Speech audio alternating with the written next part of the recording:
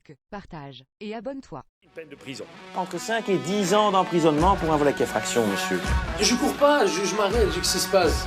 Elle lui avait presque arraché une partie du bras. Vous êtes devant une autorité judiciaire ici, monsieur. C'est pas un coffee shop, quoi. Ça craint, on est d'accord. Je vous pose la question de savoir si ces policiers mentent. Merci. Vous êtes un joueur de poker? Généralement, c'est toujours le casino qui gagne, monsieur. Ce n'est pas légal, ce n'est pas recommandé, mais honnêtement, ça me fait du bien. Maintenant, si vous m'avez roulé dans la farine, vous vous marrerez en partant éventuellement. J'ai rien à voir dans ces histoires, moi. Il faudra que vous puissiez me convaincre, hein.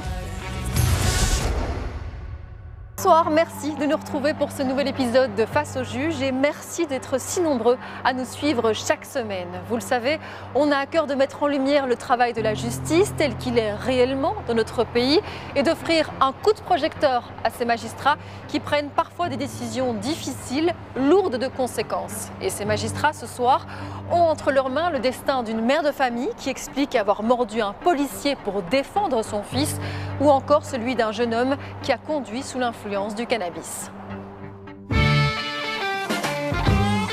Donc le but ici, monsieur, c'est de répondre à des questions. Qu'est-ce qui fait que vous vous levez le matin en disant « Tiens, maintenant, on va aller cambrioler une maison ». Vous avez tenté de devenir un voleur, en fait. Vous ne faites pas bien votre travail, monsieur. Quand est-ce qu'il va y avoir un déclic? C'est ça la question, monsieur. Parquet de Bruxelles. Vous faites quoi dans la vie? Denis Gouman, procureur du roi.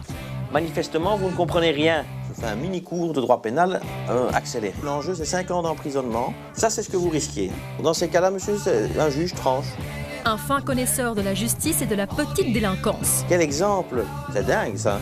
C'est pas cohérent, monsieur, ce que vous me dites. Vous racontiez toujours des bêtises. Qui reçoit Amir ce matin. Le jeune homme de 20 ans a été arrêté la veille à Anderlecht. Il est soupçonné d'avoir commis un vol dans un garage à l'aide d'un complice. Monsieur peut rentrer dans mon bureau, démenoter. Mais Amir n'a fait que nier les faits face aux policiers. Je suis le procureur du roi, monsieur, et je suis chargé de vous auditionner par rapport à des faits de vol avec effraction dans un garage, monsieur. Je vous dis tout de suite que j'étais très circonspect par rapport, ça veut dire très étonné, monsieur, par rapport à la version que vous avez donnée aux policiers. Ceci indique que nous apercevons deux individus sortir entre deux véhicules. Nous remarquons que les individus ont des objets dans les mains. Nous décidons de procéder au contrôle. À notre vue, les deux individus partent en courant en direction de la rue Ropsy-Chaudron. Immédiatement, nous interceptons l'individu et ce particulier a une barre de fer en main. Il s'avérera par la suite qu'il s'agit d'une barre d'un cric de véhicule. Par la suite, ils intercepteront un certain Akfi qui est mineur d'âge, monsieur, et qui lui aussi était présent sur les lieux. Il y a plusieurs choses qui ont été prises dans le garage, que le garage a été fouillé, les armoires également.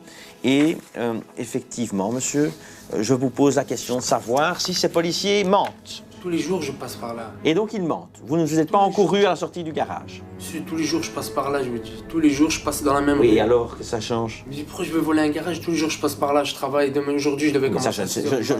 Effectivement, je me pose souvent la question de savoir pourquoi des jeunes délinquants commettent des vols avec effraction, monsieur. Ça, je me pose souvent comme question, monsieur. Je vais aller voler un cric, monsieur. Mais quand je parle, vous vous taisez, monsieur. Donc, je vous pose la question de savoir qu'il n'y avait pas qu'un cric, hein, monsieur. On parle de plusieurs objets. Alors, ils ont effectivement abandonné ce cric. Je vous pose la question de savoir si les policiers mentent quand ils disent que vous vous enfuyez. Pourquoi vous courez? Pourquoi est-ce qu'ils doivent courir après vous? Eux-mêmes, ils m'ont dit que... Et il ne faut pas rigoler pour ça, monsieur. Ce n'est pas amusant, vous savez. Vous savez combien vous risquez pour ça? Je sais, monsieur. La loi prévoit au départ entre 5 et 10 ans d'emprisonnement pour un vol avec effraction, monsieur. Alors, je vous conseille de prendre ça très au sérieux, quoi que vous en pensiez, monsieur. Oui, mais monsieur, de toute façon, je vais vous dire une chose. Vous avez le droit d'avoir votre version des faits. La loi vous autorise même à mentir. Ce que je vous rappelle, monsieur, c'est que la loi m'autorise aussi à ne pas vous croire. Vous faites quoi dans la vie? Vous travaillez? Je travaille, monsieur. Vous faites quoi? Je travaille en chantier avec mon oncle. Vous travaillez dans un chantier avec votre oncle? Monsieur. Tous les jours? Ben, ça fait longtemps quand même. Et alors, qu'est-ce que vous faites à 2 heures la nuit? Vous n'êtes pas fatigué? Je suis au café, monsieur. Mais vous n'êtes pas fatigué si vous travaillez toute la journée? Non, pas toute la journée, je travaille de 6h à midi. Ah, c'est du 6h du matin à midi? Et vous êtes à 2h du matin dehors? C'est ça, je rentre à la maison. Ah oui, mais ça je pense, vous deviez quand même bien vous sentir fatigué. Mais monsieur, vous aviez, oui ou non, un cric? J'avais rien touché en main, je vous jure que j'avais Et rien un en main. mineur qui est avec vous, qu'est-ce que vous faisiez avec un mineur d'âge? Avec lui, je ne le connais pas, même... Mais monsieur, on vous voit sortir d'un garage en courant alors qu'il a été visité. Écoutez, je descends la rue, je vois une patrouille derrière moi. Oui, alors vous courez. Je cours pas, je m'arrête, je dis qu'est-ce qui se passe. Il me sort une matraque, je dis je m'arrête, je suis là, y a rien. Donne mon téléphone et j'ai pas couru. Monsieur, donc il ment. Donc, mais vous pensez vraiment, monsieur, que les policiers... Vous savez combien de temps ça prend, ça, monsieur? Ça prend des heures, hein, écrire un procès verbal. Vous auditionnez, auditionnez quelqu'un, prendre un procès verbal. Vous transférez ici au parquet. Mais ça n'a rien à voir parce que j'ai pas... Pourquoi ils mentent? Pourquoi est-ce qu'ils mentent, monsieur? Peut-être ils sont trompés, peut-être ils sont pas menti, mais je vous jure que j'ai pas... Peut-être qu'ils n'ont pas menti, donc ils ont dit la vérité. Face au procureur, Amir continue de nier les faits. Ce n'est pas lui qui est entré par effraction dans le garage et il n'était pas en possession d'un cric de voiture au moment de son arrestation. Alors, on remarque dans le garage, monsieur, donc des traces de fouilles, divers objets. Il y avait même encore des légumes dans le garage, là, des carottes, des céleris, tout ça, ça vous n'avez pas touché manifestement. Par contre, le cric et autre chose, ça, on le prend et on remarque d'ailleurs, la fenêtre est brisée. Une vieille télévision se trouve devant le garage, donc on a déjà sorti la télévision du garage, ça vous intéresse plus que les légumes, manifestement, monsieur. Et donc, on prend également un cric. Tout ça, monsieur, c'est dans un procès verbal, acté par des policiers. Alors, je pense qu'il va falloir un petit peu réfléchir à ce qu'on dit. Je sais que vous me croyez pas, mais je vous jure... C'est pas votre genre de voler. Regardez, ça fait combien de temps que je me suis pas fait contrôler pour vous dire. Ah mais la différence, c'est une différence entre ne pas se faire attraper et ne pas le voler, hein, monsieur. Il y a encore une différence. Je sais pas combien d'années, je vais pas aller voler un cric quand même, je travaille. Mais ça, vous saviez pas qu'il y avait qu'un cric dans... Mais monsieur, vous saviez pas qu'il y avait qu'un cric dans le garage? Mais je vais faire quoi dans ce garage, monsieur? Si je vais voler dans ça, j'ai rien à voler là. Je travaille, monsieur, j'ai pas besoin de ça. Amir affirme qu'il se promenait simplement à 2 h du matin dans la rue et que les policiers l'ont arrêté par erreur. Il nie également connaître le mineur qui a été interpellé avec lui. Je remarque quand même, monsieur, que vous êtes quand même bien connu du tribunal de la jeunesse. Non, connu, on l'est toujours. Regardez, ça s'appelle un casier judiciaire, monsieur. Extorsion la nuit, extorsion, vol avec violence la nuit. Donc, placement en IPPJ. Et en 2016 encore, vol avec violence, extorsion, tentative de vol, entrave méchante, vol à l'aide d'effraction, rébellion, port d'armes, une réprimande par le tribunal de la jeunesse. Manifestement, une réprimande ne suffit pas, hein, monsieur. Je ne sais pas faire grand-chose, monsieur. Hein. À partir du moment où vous me racontez, je n'ai pas beaucoup de solutions, monsieur, en ce qui vous concerne, à partir du moment où vous niez ce qui est votre droit. Je jure que je vous dis la vérité. Oui, monsieur, mais vous savez le nombre de personnes qui jurent dans mon bureau, monsieur. Je sais, mais je vous jure. Moi, je crois les policiers, monsieur, parce que... Ah ben, si j'ai raison, alors tout le monde est d'accord. Mais si je vous dis la vérité... Mais les policiers peuvent pas avoir raison, et vous aussi. Ça, c'est pas possible. Voilà, vous dites que vous n'avez rien en main, et les policiers disent que vous avez un cric. Ils ont cru d'abord que c'était une barre de fer, donc ils n'identifient pas le cric après. Ils disent, on pense que c'est une barre de fer, puis on s'aperçoit, quand on l'intercepte, que c'est un cric. Mais pourquoi ils disent que j'avais ça en main alors que j'avais pas, monsieur? Parce qu'ils n'ont que ça à faire, que ce sont des menteurs, selon vous. Je vous jure que je marchais, j'avais même pas ça en main. Et vous n'avez pas vu la télévision qui était devant le garage en marchant? Monsieur, je sais pas, je pose la question. Tous les jours, moi, je passe par là, tous les jours. Même les garages, ils me connaissent, si vous voulez savoir. Tout le monde, il me connaît, là. Si je vais aller... Le casier judiciaire d'Amir ne plaide pas en sa faveur. Lui qui a déjà été arrêté de nombreuses fois pour vol avec effraction, justement. Il risque même cette fois une peine plus lourde pour avoir été arrêté aux côtés d'un jeune de moins de 18 ans. Vous avez également été interpellé avec une autre personne, un mineur, ce qui est une circonstance aggravante. Je vous l'explique simplement qu'en droit, utiliser un mineur, monsieur, que vous fassiez certaines choses, c'est encore votre problème. Mais utiliser quelqu'un de plus jeune qui est mineur d'âge pour les faire, ça c'est honteux, monsieur, parce que vous êtes en train, avec lui, oui, je sais, vous n'avez rien fait. Moi, je me base sur ce que j'ai lu.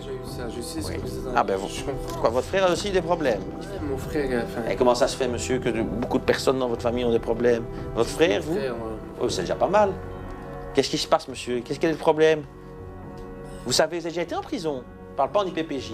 En prison, vous avez déjà été. Et vous avez envie d'y aller. Bien sûr que non, monsieur. Vous savez que la prison, je ne sais pas, hein, j'entends parfois certaines personnes qui disent que ça leur fait, dans le quartier, ça leur fait une bonne réputation d'aller en prison. Je ne suis même pas dans le quartier, si vous voulez savoir. Je travaille. Là, vous êtes à 2 h du matin, rue Anderlecht, rue Robson. La preuve qu'ils ne m'ont jamais contrôlé dans la rue pour vous dire que je ne serais pas dans la rue. Si vous ne faites rien, vous n'êtes pas contrôlé ou il n'y a pas de raison d'être contrôlé? Voilà, je fais rien. Ah, vous êtes quand même café, je travaille, je suis à la maison. Vous êtes quand même connu pour 20 faits judiciaires. Hein. Quand j'étais petit, mineur, j'assume, ouais, c'est vrai, monsieur. Oui, d'accord, mais... Maintenant, depuis ma maintenant, vous êtes devenu plus intelligent. Non, c'est rien à voir. J'espère pour vous. J'espère pour vous. J'ai le droit de quand même de... J'espère, monsieur, continuez à travailler, mais ça, c'est très bien, monsieur. Ça, je pense que c'est bénéfique pour tout le monde. Ouais. Mais je suis quand même un peu dubitatif, monsieur, étonné du fait qu'à 2 h du matin, malgré vous travaillez à 6 h... Tous les jours. Moi, vous avez une santé de fer, monsieur, pour dormir 3-4 heures par nuit, travailler des 6 heures sur les chantiers, monsieur. Je dors la journée. Hein, Ah oui. C'est étonnant comme façon de vivre, mais enfin bon, ça, chacun la sienne, hein, monsieur. Vous ne connaissez pas l'autre personne avec laquelle vous avez été arrêté? Non, monsieur. Et il se baladait tout seul alors? Mais j'étais loin, lui, carrément. C'est lui qui était là en train de courir. Ils m'ont dit, toi aussi, t'as à voir avec lui. Monsieur, compte tenu de ce que vous me dites, en ce qui me concerne, je vais vous convoquer au tribunal, mais entre-temps, je décide de vous relâcher. Ça veut dire que vous allez pouvoir sortir aujourd'hui. Visiblement, les explications d'Amir n'ont pas convaincu le procureur du roi. Il décide de le renvoyer au tribunal correctionnel de Bruxelles pour répondre de ces faits. Nous le retrouverons plus tard face au juge Luc Hénard. Vous avez une idée de l'enjeu aujourd'hui? Ouais. C'est-à-dire? La prison? Oui. Amir risque une peine jusqu'à 5 ans de prison. Direction Verviers et le tribunal de police. Retrouvez le juge Marco Osena. Venez, venez, on a fait des fonds de tiroir. Après avoir été avocat, le magistrat est devenu juge il y a quelques années. On recule encore un petit peu dans le temps. Je vais acquitter à tous les coups alors. Hein. Je suis réceptif à beaucoup de choses. Un juge qui prend toujours le temps d'écouter les usagers de la route qui n'ont pas respecté les règles de bonne conduite. On me raconte souvent les mêmes couillonnades. C'est ça. Oui, oui. Bien sûr. Moi, je veux bien, on peut venir plaider tout ce qu'on veut. Et qui doit juger le cas d'Emilien. Ce père de famille a été flashé à 84 km/h au lieu de 50 en essayant de rattraper son fils en fugue.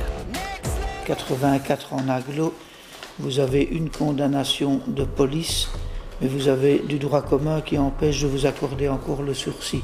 Droit commun, c'est-à-dire ce qui n'est pas roulage. Vous avez eu d'autres petits problèmes dans votre existence. C'est bien ça. Ça a pour conséquence que, bien que ce soit la première infraction de ce type, apparemment, je ne pourrais même pas vous accorder de sursis si je souhaitais le faire. Donc vous avez reconnu, vous avez essayé de récupérer votre fils qui était en fugue et qu'on vous avait signalé se trouver dans le bus entre Spa et Verviers.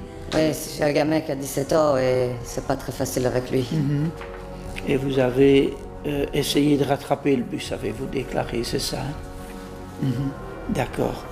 Monsieur le procureur du roi. Monsieur cherche son fils en fugue. On lui renseigne qu'il se trouverait dans un bus que l'on vient de rappeler. Et il essaye de le récupérer. Malheureusement, il ne sera pas dans le bus. Et vous dites, j'ai dû déposer finalement une plainte pour fugue à la police 3 jours plus tard, parce que 3 jours plus tard, je ne l'avais toujours pas récupéré. Ce sont des circonstances particulières, mais qui ne justifient pas de mettre les autres en danger. Pour avoir été flashé 34 km/h au-dessus de la limite autorisée, le procureur du roi demande 240 € d'amende et un retrait de permis de 8 jours. Monsieur, je vous écoute, vous êtes votre propre avocat. Ouais. Bah oui, quand j'ai expliqué au policier, il m'a demandé si j'avais une raison de rouler vite. Je lui ai dit que c'était pas une bonne raison, mais que j'avais quand même une raison, et voilà. Et en fait, pour tout vous dire, en tant que père, c'est la première fois que j'ai dû faire face à une telle situation. Mon fils qui est parti en fugue, il était sous ma responsabilité. Je me suis réveillée le matin, il n'était plus là. Et c'est pas malaise que j'ai fait, mais je ne savais pas. Je ne contrôlais pas, j'agissais à l'instinct en fait. Je voulais le récupérer absolument, franchement j'avais peur, sa mère aussi. Maintenant ça va mieux, mais à ce moment-là on n'avait pas bon de vivre à cause de ça. Voilà, c'est pas excusable. Donc moi j'accepte la déchéance. Tout ce qu'il y a, c'est que moi j'ai du travail et tout. Et le mois de juillet c'est bientôt, c'est les vacances. Alors est-ce qu'on pourrait s'arranger pour qu'on me le retire à cette période? Le problème c'est que ça ne dépend pas de moi. Moi je dois prononcer une décision et c'est le service du parquet qui exécute le jugement. Je vais vous dire une chose, c'est que compte tenu des circonstances particulières, je vous éviterai une déchéance du droit de conduire. Si vous revenez avec un excès de vitesse du même type, je serai obligé de vous déchoir 3 mois et de vous imposer 4 examens, théoriques, pratiques, médicales et psychologiques. Ce ne sera pas de l'acharnement, ce ne sera pas parce que je vous en voudrais d'avoir trahi, entre guillemets, la confiance que je vous ferai aujourd'hui. C'est simplement parce que la loi le prévoit comme ça et que je n'ai pas le choix. Et je veux concevoir le stress dans lequel vous avez pu vous trouver. Donc je peux être compréhensif. Maintenant, la balle est dans votre camp à l'avenir. Les explications d'Emilien vont toucher le tribunal en plein cœur. Emilien échappe aux retraites permis. Il écope simplement d'une amende de 240 €.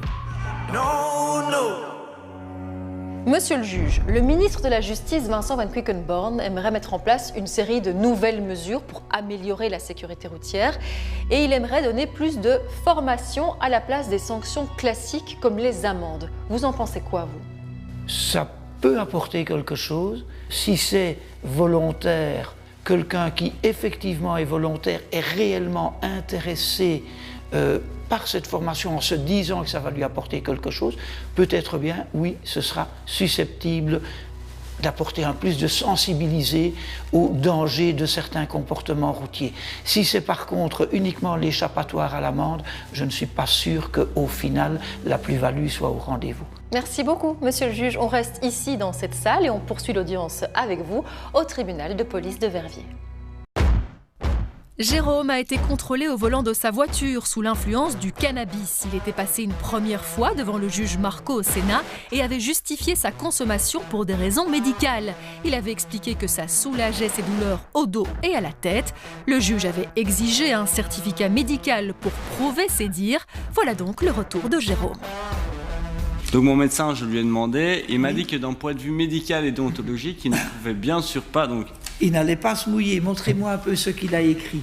Donc il ne peut pas dire que le médicament est moins bon que le stup.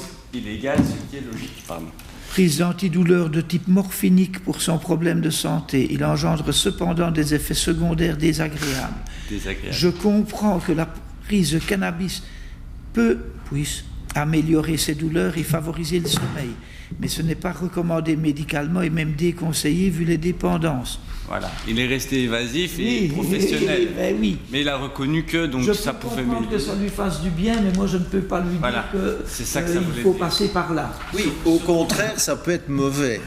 C'est ce qu'il dit. Oui, mais il vise l'accoutumance, évidemment. Il m'a bien expliqué que, surtout pour un tribunal, qu'il ne pouvait pas reconnaître par écrit, il ne peut pas me recommander de prendre cette substance. Maintenant, il comprend que ça peut servir d'échappatoire. Oui. Voilà, c'est exactement ce que je vous avais dit. Mais lui ne vous a jamais dit qu'il fallait en prendre en lieu et place des médicaments. Voilà, ou si vous l'a dit, il ne l'écrira jamais. C'est un médecin, ce n'est pas... c'est pas un coffee shop, quoi. Voilà, exactement. Jérôme explique qu'il préfère consommer du cannabis plutôt que de l'oxycodone, un antalgique très puissant. Je vous l'ai dit, c'était de ma propre initiative, il ne m'a rien recommandé du tout, mais j'ai constaté que ça fonctionnait et que les effets sur moi étaient moins négatifs en tout cas que l'oxycodone. Mais vous aviez déjà eu, en 2017, c'était la même chose. Vous avez eu la suspension du prononcé en 2017. J'ai eu une médiation pénale. Non, une suspension du prononcé. J'ai eu 80 heures d'intérêt généraux quand même. Donc c'était déjà mon échappatoire de l'époque, j'ai eu ce souci-là, donc j'ai voulu prendre les médicaments, donc mon médecin m'a prescrit ces 10 médicaments, et voilà, honnêtement, maintenant, voilà, ça fait quand même 2 fois, donc j'essaye vraiment de consommer vraiment occasionnellement, et de me passer quand même toujours de médicaments, donc voilà, j'ai réduit ma consommation fortement, et en tout cas, quand c'est le cas, je ne prends plus le volant le lendemain. Ça peut être trop juste, monsieur, le lendemain. C'est pour ça. Ça peut être trop juste. Je pensais que non, parce que la première fois quand je me suis fait arrêter, ça c'était consommation au volant. Donc là, clairement, il n'y avait pas d'excuse. Et la deuxième fois, là, c'était le lendemain. Donc, mais si vous consommez un peu habituellement, vous allez être pas bien. Le policier m'a dit, quand il m'a contrôlé, il m'a dit, ça se voit que tu n'es pas sous influence, mais tu seras positif. Il me l'avait prévenu avant même de me faire le test. Et donc, voilà. Ok. Alors, monsieur le procureur du roi, il demande quoi ? Qu'est-ce qu'il demande ? Il demande d'abord, vous prenez toujours de l'oxycodone ?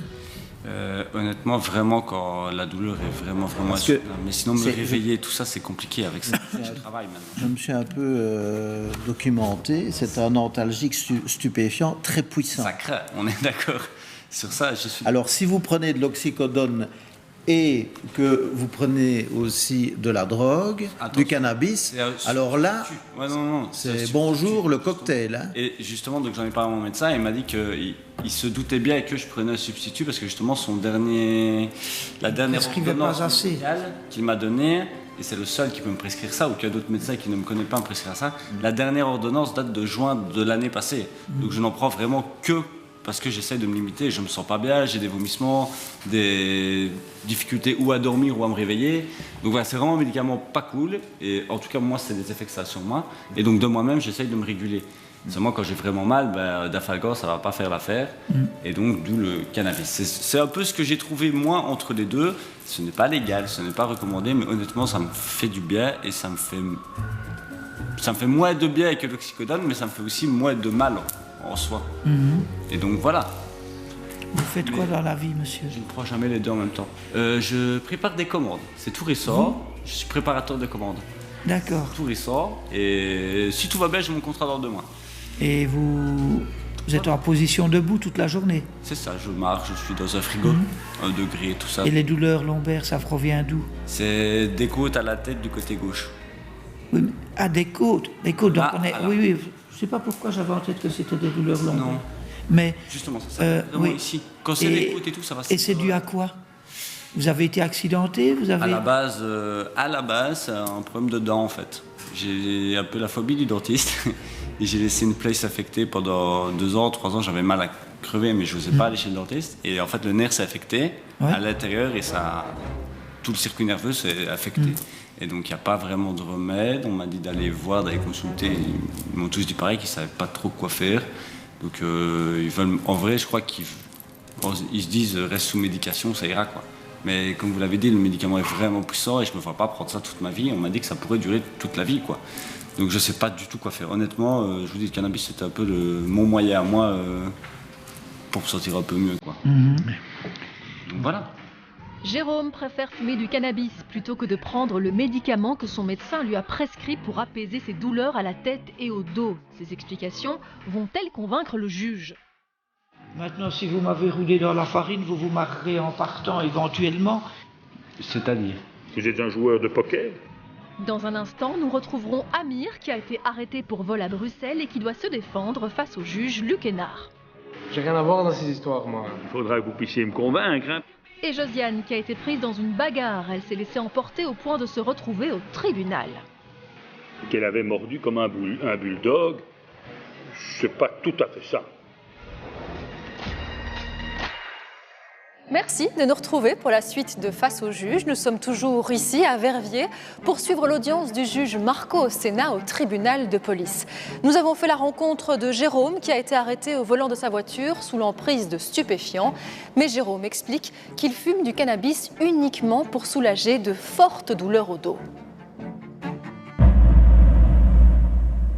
Alors, monsieur le procureur du roi, il demande quoi? Qu'est-ce qu'il demande? Il demande d'abord, vous prenez toujours de l'oxycodone? Je n'en prends vraiment que parce que j'essaie de me limiter. Je me sens pas bien, j'ai des vomissements, et donc de moi-même, j'essaie de me réguler. Seulement quand j'ai vraiment mal, Dafalgan, ça va pas faire l'affaire, et donc d'où le cannabis. C'est un peu ce que j'ai trouvé moi entre les deux. Ce n'est pas légal, ce n'est pas recommandé, mais honnêtement, ça me fait du bien. Voilà. Écoutez, moi je ne suis pas médecin, donc je suis obligé de me baser un peu sur votre bonne foi et votre bonne mine. Je dirais que vos explications ont un certain relent de sincérité. Maintenant, si vous m'avez roulé dans la farine, vous vous marrerez en partant éventuellement. Voilà. C'est pas mon but. Bon, maintenant, on ne peut pas l'admettre ad vitam non plus, comme situation. C'est justement un peu le propos que j'allais tenir. D'abord, je suis rassuré je suis rassuré par le certificat médical, parce qu'en repréparant ce dossier hier, je me réjouis de voir le médecin qui va aller écrire dans une attestation médicale qu'il a conseillé de prendre du cannabis. Non, bien sûr. Et donc, je m'attendais à ne pas recevoir de certificat médical, ou en tous les cas, à en recevoir un tel que celui qui a été déposé. C'est plutôt rassurant quelque part. Vous êtes extrêmement sympathique, monsieur. C'est gentil. Mais le problème, c'est qu'il faut qu'on tienne compte des autres aussi. La loi, non, bien sûr. Et donc, voilà, ça fait 2 fois que vous êtes au volant avec un taux qui est... Bon, ici, c'est 53 fois le taux maximal autorisé. Disons hein. que c'est- Et donc, on doit protéger les autres. Et donc, à un moment donné, il faut qu'on s'assure que ça ne pose pas de problème en termes de capacité de conduite. Le procureur du roi n'est pas rassuré par les propos de Jérôme, même si le jeune homme explique fumer du cannabis pour apaiser de grosses douleurs à la tête et au dos. Il demande 1 600 € d'amende, 1 mois de déchéance du droit de conduire et exige un examen médical et psychologique. C'est-à-dire C'est-à-dire qu'on vérifie votre aptitude à la conduite. à la conduite. Vous ne soyez pas dépendant. Ça, c'est pas un problème. Ça vous tracasse pas trop. Du tout, parce que Non, d'accord. mon automédication, c'est justement pour ne pas être dépendant. Alors je vous écoute. Bah écoutez, je crois que je vous ai tout dit. Je ne vais pas trouver des excuses pour me justifier plus. Je vous ai décrit les faits, c'est ce qui se passe, c'est pour ça. Et donc voilà. Votre sanction me paraît juste. Donc voilà. D'accord. Chose, c'est quand donc s'il y a d'échéance sans sursis, c'est vers quand? Ça, c'est le parquet qui m'a exécuté. Parce qu'une fois que je serai au CDI, je pourrais m'arranger pour avoir un congé, mais que d'ici les Vous 2 pouvez me prochains mois, demander une déchéance idéalement, les week-ends éventuels. Ça, ce serait... Mais je travaille les samedis. En fait, j'ai un jour Du de... vendredi 20h ou dimanche 20h. Ça peut pas être... En fait, j'ai un jour de récup semaine. Non, Du lundi non. au samedi, ça peut n'importe Non, quoi. c'est semaine ou week-end. Il n'y a pas de choix. Donc une fois que Vous j'aurai... travaillez où? À Oupey. C'est pour ça, il y a les À bus, les Oupey. trains et tout. De Tanque-Rémont, c'est compliqué. Parce que j'ai eu 2 semaines de retraite permis, justement, et pour se rendre jusque-là... On vous l'a retiré déjà 15 jours. Ouais, 2 semaines, c'est ça. Ouais, oui, ça va. Ok, Et donc voilà, ça rentre un peu dans mes cordes. c'est gentil. Jérôme n'est pas autorisé à conduire sous l'influence du cannabis malgré ses douleurs. Mais le juge accepte tout de même de réduire sa peine, comprenant la situation difficile du jeune homme. Il écope de 400 € d'amende et de 15 jours de retraite permis. L'audience est ouverte. Après Verviers, retour à la capitale. Vous savez très bien que vous vous jetez dans la gueule du lion. Rejoindre le tribunal correctionnel de Bruxelles. Si vous êtes ici, c'est pas de ma faute. Hein. Vous n'avez toujours pas la parole. Et le président honoraire du tribunal de première instance. Il est mondialement connu, me direz-vous. On va arrêter parce que sinon je vais tourner au vinaigre. À quelques jours de sa retraite, Et un jour, on se retrouvera pour d'autres motifs. très heureux de refermer bientôt un beau chapitre de sa vie avant d'en ouvrir un autre. Alors on va peut-être vite voir ce que l'on peut faire. Mais avant cela, il lui reste tout de même encore de nombreux dossiers. Ah, il y a ça, il y a ça, il y a ça, il y a ça, il y a ça. Bon, mais je ne me souviens plus de son prénom. Comme celui de Josiane, qui a mordu un agent de police. Et alors je vois, madame, que monsieur le procureur du roi vous reproche d'avoir porté des coups et fait des blessures à un officier ministériel, un agent de police, et ça s'est fait apparemment dans le contexte sanitaire de Covid-19. Et puis, on vous reproche aussi la rébellion. Alors, madame, mais qu'est-ce que vous avez à me dire par rapport à ça ? Mais écoutez, nous sommes 2 victimes, mon fils et moi-même, de la part du fils de mon mari. Si j'ai débarqué, parce que c'est pas à mon adresse où s'est passé les faits, c'est à l'endroit où où habite mon beau-fils et où habitait provisoirement mon propre fils à moi. C'était une bagarre générale. Je suis intervenue. Mon fils était en train de se faire frapper avec une bouteille de whisky. Il a eu 3 entailles au niveau de la tête, 15 graves. Et après, mon beau-fils s'en est pris à moi, m'a frappé avec des balais, tout, où j'ai eu des lésions aussi.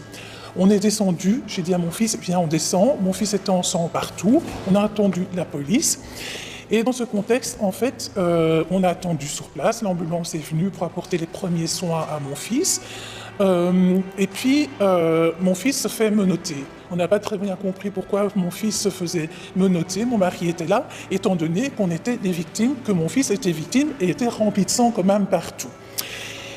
Et puis, vu qu'il se faisait menotter, moi j'ai dit à mon mari, eh bien, on y va. Et puis là, il y a un agent, donc un inspecteur, qui dit, non, madame, partez pas encore. Je fais, ben, pourquoi? Mon fils est menotté, il va aller à l'hôpital, tout ça. Et puis tout d'un coup, on vient, on veut mettre des menottes, On me plaque par terre, ils étaient à plusieurs sur moi. J'étais blessé au niveau du front. J'ai dû passer scanner après à l'hôpital en présence des 2 policiers.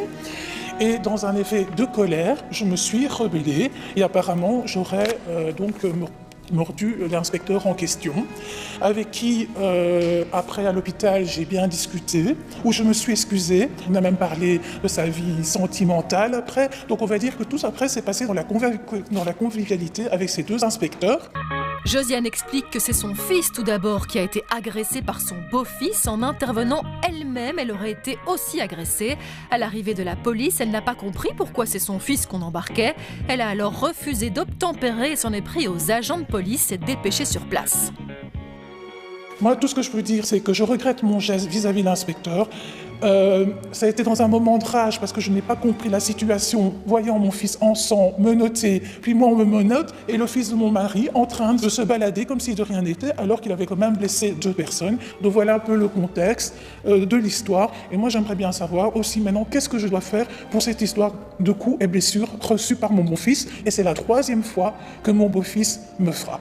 Je retiens de tout ce que vous me dites, c'est qu'il y a évidemment, s'il y a eu des problèmes, et notamment avec votre beau-fils, là, c'est à régler au niveau de monsieur le procureur du roi. La seule chose dont vous avez à répondre aujourd'hui, oui, je sais très bien. C'est l'incident que vous avez eu avec cet inspecteur. Mais aujourd'hui, vous me demandez quoi? Je vous demande d'être clément, c'est tout, monsieur le Président. Simplement d'être clément. Au niveau psychologique, madame, vous aviez l'air de dire qu'il y en a quand même d'un suivi ou... J'ai déjà été suivi et ici, mon médecin pour l'instant m'a prescrit du diazépam pour un petit peu me calmer.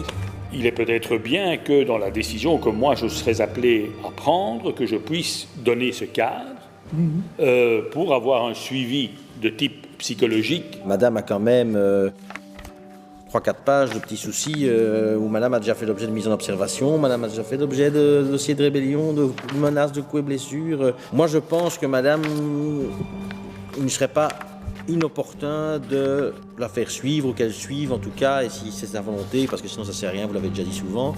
Mais je pense qu'on devrait être plus dans cet ordre-là. Le procureur du roi rappelle que Josiane a déjà été arrêtée pour menaces et coups et blessures et qu'elle a même déjà été placée en observation pour évaluer son état psychologique. Josiane avoue être en dépression depuis un moment. Je dois essayer de gérer mes émotions. Vous voyez qu'il y a tout un... Il y a certainement tout un contexte. Mais moi, je suis appelé à devoir juger un contexte en particulier. Parce que je peux, pour ces faits-là, vous condamner à une peine de prison. Est-ce que c'est la solution? Je ne pense pas. Est-ce qu'on parle d'une suspension du prononcé avec des conditions probatoires? Mais là, il faut que vous acceptiez le principe. Si vous me dites « je souhaite avoir chez un psychologue de votre choix » et que vous acceptez ou vous me demandez de le faire, moi, je veux bien entrer dans une problématique de ce type-là. De son côté, l'avocat de l'agent de police qui a été mordu par Josiane demande 2 500 € de dommages et intérêts. Il rappelle que Josiane a mordu de toutes ses forces le bras du policier qui a même eu peur d'attraper la Covid. En ce qui concerne le Covid, je voudrais vous joindre une pièce comme quoi les résultats sont négatifs. Tant mieux, c'est une bonne nouvelle, parce que si en plus vous aviez contaminé, on en parlerait peut-être d'autre chose. Et donc, monsieur le procureur du roi... Monsieur le Président, donc en ce qui me concerne, je serais plus rassuré s'il y avait un encadrement de type probatoire qui lui soit administré, compte tenu de sa fragilité psychologique manifeste au vu des éléments de ma possession. Le procureur du roi demande une peine de probation assortie d'un suivi psychologique, une peine qui peut être proposée uniquement si l'intéressé l'accepte. Mais donc, si vous me dites « je suis partante pour cela », alors je peux réfléchir. Si vous me dites non, je ne peux pas le faire. Non, je suis d'accord. Josiane repart donc avec une suspension du prononcé durant 3 ans. Elle doit se faire suivre par un psychologue et si elle respecte cette condition, elle n'aura plus de compte à rendre à la justice. On va patienter un petit peu.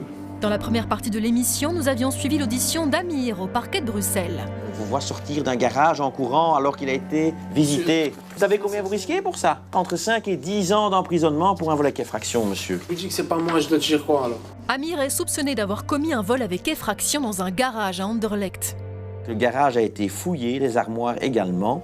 Mais monsieur, vous aviez oui ou non un cric? Je vous pose la question de savoir si ces policiers mentent. Bien connu de la justice. Extorsion la nuit, extorsion, vol avec violence la nuit. Le jeune homme nie les faits. Peut-être ils sont trompés, peut-être ils sont pas menti, mais je vous jure que j'ai pas compris. Peut-être qu'ils n'ont pas menti, donc ils ont dit la vérité.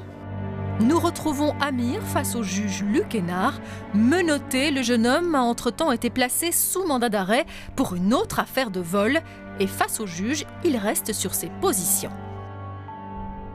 C'est toujours votre position aujourd'hui? Oui. Je vois que vous êtes détenu. Vous êtes détenu pour quel motif? Pour un truc que j'ai rien fait aussi. Ah, ça, c'est vraiment pas de chance. J'ai pas de chance, ouais. Que faites-vous dans l'existence, monsieur? Pour l'instant, je travaille pas, mais je reprends le travail, mais pour l'instant, je suis en prison, je sais pas travailler. Oui, ça, oui. Mais avant, vous étiez en prison. Je travaillais, ouais. Vous travailliez et quoi? Vous faisiez quoi comme travail? Chantier. Chantier? Yeah. Et votre situation familiale? Bien, à la maison. Je vis avec mes parents à la maison. Vous vivez avec vos parents.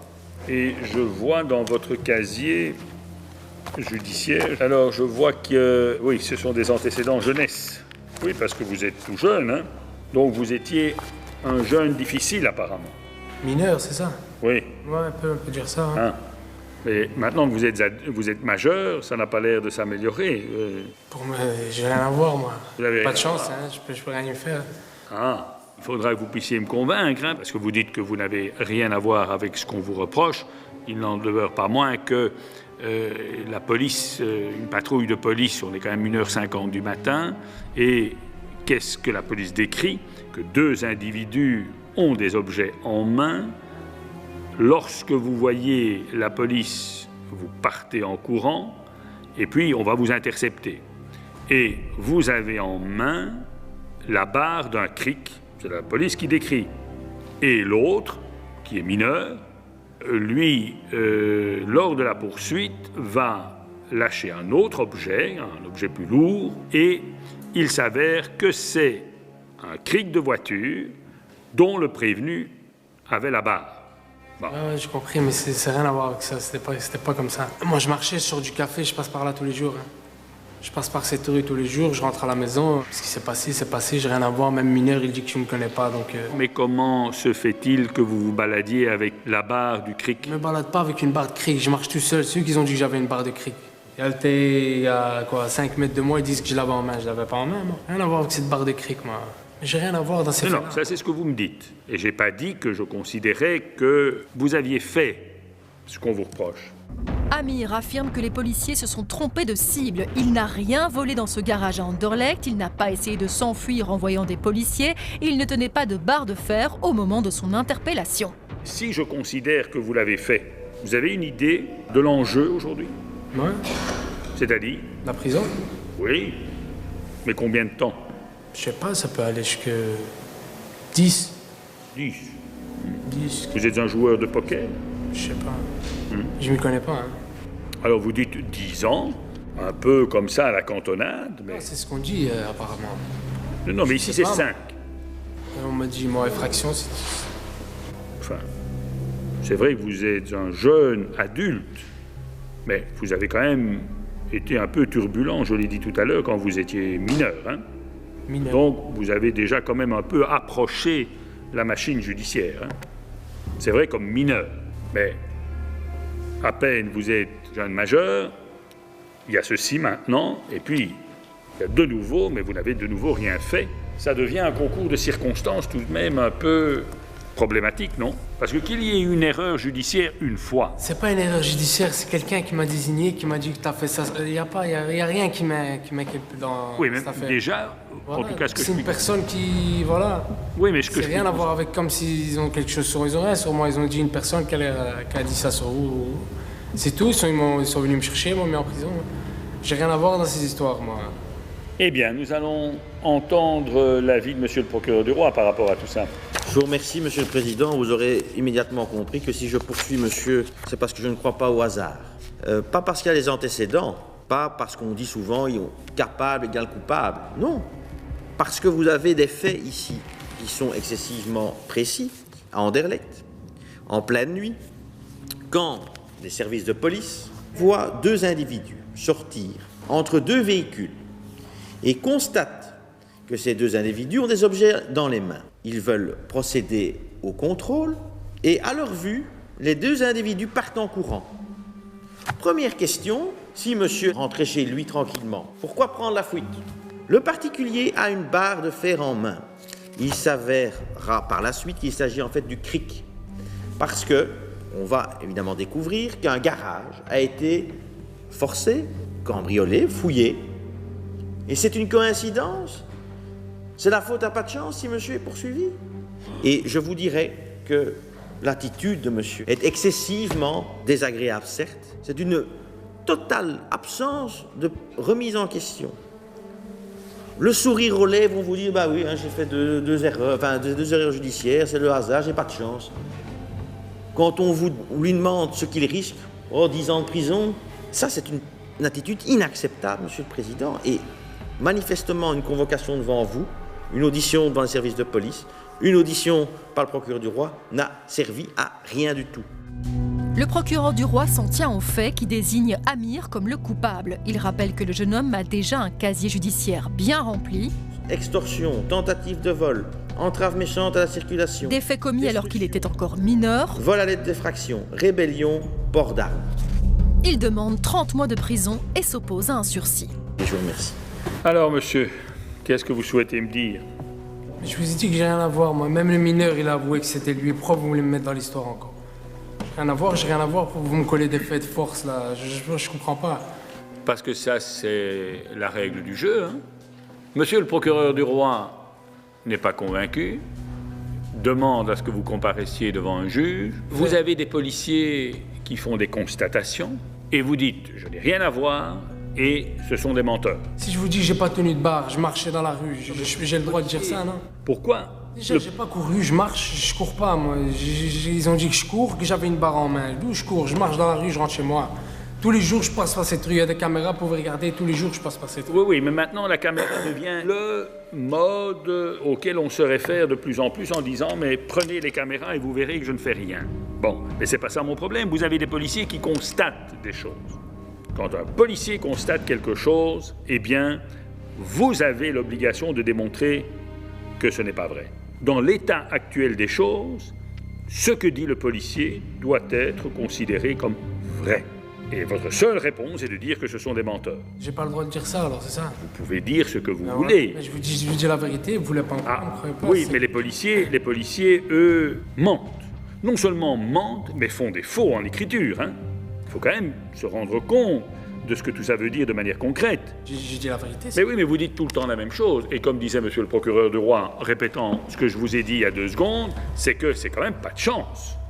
Non seulement vous avez des policiers menteurs, et puis, peu de temps après, rebelote, vous êtes de nouveau embarqué dans une affaire où vous tenez le même discours « je n'ai rien fait ».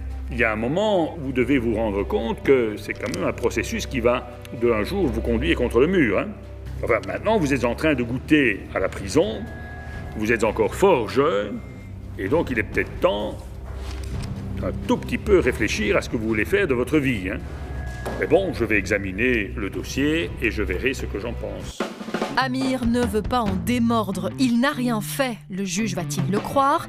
Le jeune homme est-il victime d'une malédiction?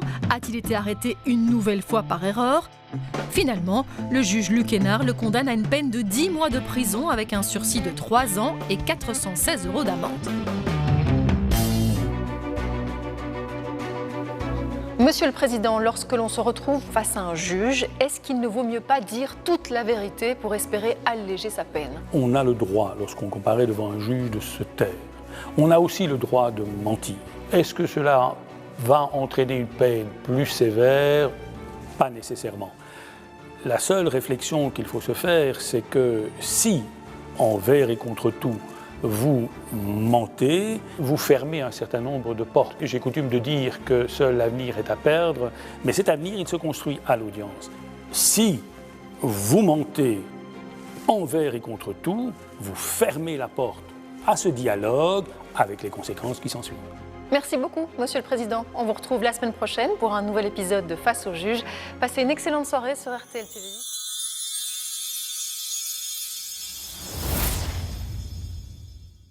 Merci d'avoir regardé cette vidéo. Et surtout like, partage et abonne-toi.